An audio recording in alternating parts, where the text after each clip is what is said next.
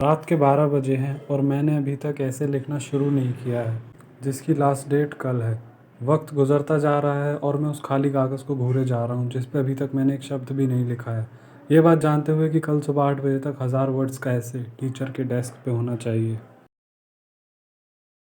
हर साल हम खुद को कहते हैं कि हम एक बेहतर ऑर्गेनाइज्ड बनेंगे और अपना काम करना तभी शुरू कर देंगे जब वो काम हमें मिलेगा। पर हम वास्तव में किससे झूठ बोल रहे हैं? खुद से। हम उस काम को करते ही नहीं हैं।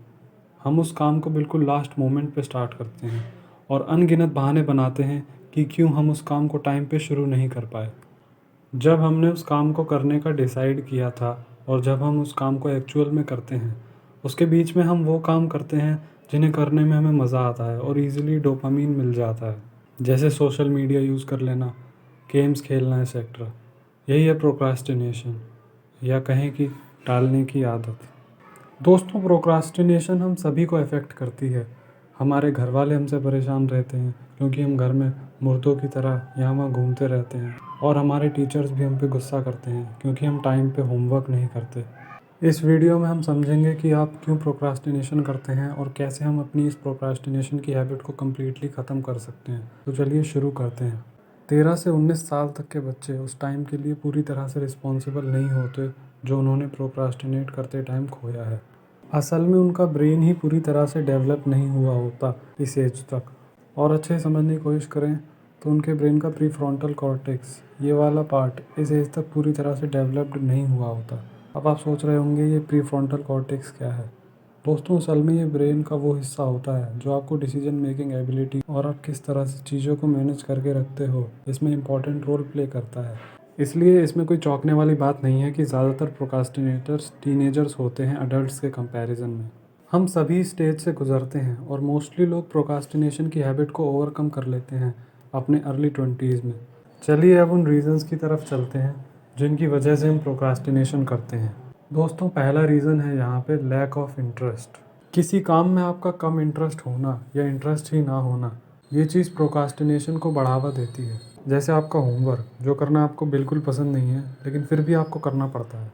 अगर आपको किसी चीज़ में इंटरेस्ट नहीं है तो आप और ज़्यादा प्रोक्रास्टिनेट करते हैं इन कंपैरिजन टू वो चीज़ जिसमें आपका इंटरेस्ट है। जैसे होमवर्क की जगह अगर आपको ये बोला जाए कि आपको बाहर जाके क्रिकेट खेलना है तो आप प्रोक्रास्टिनेट नहीं करेंगे। क्रिकेट खेलने के लिए आप ये नहीं सोचोगे कि यार कल चला जाऊँगा, आज रहने देता हूँ। दूसरा रीज़न है fear of failure. Lack of interest के अलावा फियर ऑफ फेलियर भी प्रोक्रास्टिनेशन को बढ़ावा देता है। अगर आप बहुत मेहनत करते हैं और फिर भी आपके अच्छे मार्क्स नहीं आते तो आप सोचते हैं कि जब मैंने पढ़ाई नहीं की तब भी बेकार मार्क्स आए, और जब पढ़ा तो भी मेरे ख़राब मार्क्स आए, तो क्यों पढ़ाई करूं मैं? इससे अच्छा मैं वो चीज़ें करता हूं जिन्हें करना मुझे अच्छा लगता है, और बस फिर आप प्रोक्रास्टिनेशन करने लगते हो। और आखिरी रीज़न है फियर ऑफ सक्सेस। जी हाँ दोस्तों, सफलता का डर भी प्रोक्रास्टिनेशन की तरफ लीड करता है।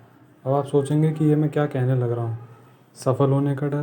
दरअसल बात यहाँ पे ये है कि अगर आप अपने काम पे ज़्यादा स्ट्रेस डालने लगेंगे, जैसे आपको एग्ज़ाम में अच्छे मार्क्स लाने हैं, तो आप सोचेंगे कि अब मैं बहुत हार्डकोर मेहनत करूँगा, तो आप फिर प्रोक्रास्टिनेशन करने लगेंगे क्योंकि आप उस काम को फिर शुरू करने से ही डरने लगेंगे, क्योंकि आपने सोचा है कि आप हार्डकोर मेहनत तो करने ही वाले हैं। तो जब इतनी मेहनत करनी ही है तो क्यों ना थोड़ा रेस्ट कर लिया जाए। अब बात करते हैं सॉल्यूशंस की कि कैसे बचा जाए इस हैबिट से। पहली बात यहाँ पे ये है दोस्तों कि आपको अवेयर होना होगा कि आप प्रोक्रास्टिनेट कर रहे हैं। आपको पता होना चाहिए कि आप प्रोक्रास्टिनेट कर रहे हैं अगर आप इसे ख़त्म करना चाहते हैं तो। उस समय जब आपको कोई काम करना हो और आप वीडियो गेम खेल रहे हो या सोशल मीडिया यूज़ कर रहे हो तो आपको यहाँ पे अवेयर होना होगा। खुद को ये रियलाइज़ कराना होगा कि मुझे इस टाइम पे ये काम करना था और मैं फ़ोन यूज़ करने लग रहा हूँ। सेकंड पॉइंट है टाइम मैनेजमेंट। आपको अपने पूरे दिन का शेड्यूल बनाना होगा और टाइम मैनेजमेंट करना होगा।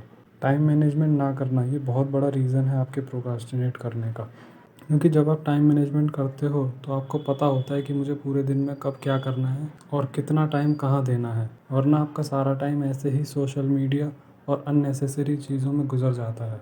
अगला पॉइंट है ओवरलोड डेज।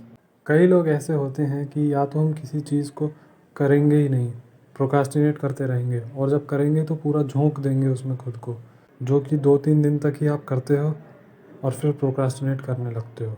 इसकी जगह आप एक प्रॉपर शेड्यूल बनाइए अचानक से ही बहुत सारा काम करने के बजाय उस काम को छोटे छोटे पार्ट्स में डिवाइड कर दीजिए। एक लाइन में अगर कहूँ तो इंटेंसिटी की बजाय कंसिस्टेंसी पे फोकस कीजिए। जैसे आपके एग्ज़ाम के लिए आपको पढ़ना है तो दिन में 10 घंटे पढ़ने की बजाय दिन में 3-4 घंटे ही पढ़ाई कीजिए, क्योंकि आप रोज़ 3-4 घंटे पढ़ सकते हैं, लेकिन 10 घंटे पढ़ना अनरियलिस्टिक लगता है। और अगर आप पढ़ भी लो तो बहुत चांसेस हैं कि आप कंसिस्टेंट नहीं रहेंगे। और आखिरी पॉइंट है मोटिवेशन। आपको मोटिवेटेड रहना होगा। मोटिवेशन के लिए आपको खुद को बताना होगा कि मैं ये जो करने लग रहा हूँ इससे कुछ नहीं होने वाला। जैसे एक स्टूडेंट के पर्सपेक्टिव से देखें, इस काम को करने में मुझे शॉर्ट टर्म में तो मज़ा आ जाएगा, लेकिन लॉन्ग टर्म में पढ़ाई ही मेरे काम आने वाली है। आपको विजुलाइज़ करना होगा कि अगर मैं ये चीज़ करता हूँ तो आज से 10 साल बाद खुद को कहाँ देखता हूँ, और अगर मैं पढ़ता हूँ तो आज से 10 साल बाद खुद को कहाँ देखता हूँ। जब आप ये विजुलाइज़ करेंगे तो आपका ब्रेन रियलाइज़ करेगा कि हाँ, बात तो सही है। इससे आपको उस काम को करने का मोटिवेशन आएगा और आप प्रोक्रास्टिनेट नहीं करेंगे। जब मैं इस टॉपिक के बारे में लिख रहा था तो मुझे एहसास हुआ कि मैं ये चीज़ें खुद भी फॉलो नहीं करता हूँ और मैं खुद बहुत प्रोक्रास्टिनेट करता हूँ। ये आयरॉनिक है, ये जानते हुए कि मैं इस टॉपिक के बारे में अवेयरनेस फैलाने लग रहा हूँ। हम में से कोई भी परफेक्ट नहीं है, ये बात तो है।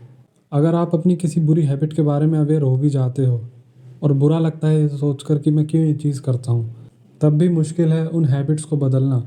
आशा करता हूँ जो भी टिप्स मैंने आपको इस वीडियो में दिए और आपके प्रीफ्रंटल कॉर्टेक्स के डेवलप होने के साथ आप प्रोक्रास्टिनेशन की हैबिट से छुटकारा पा लेंगे।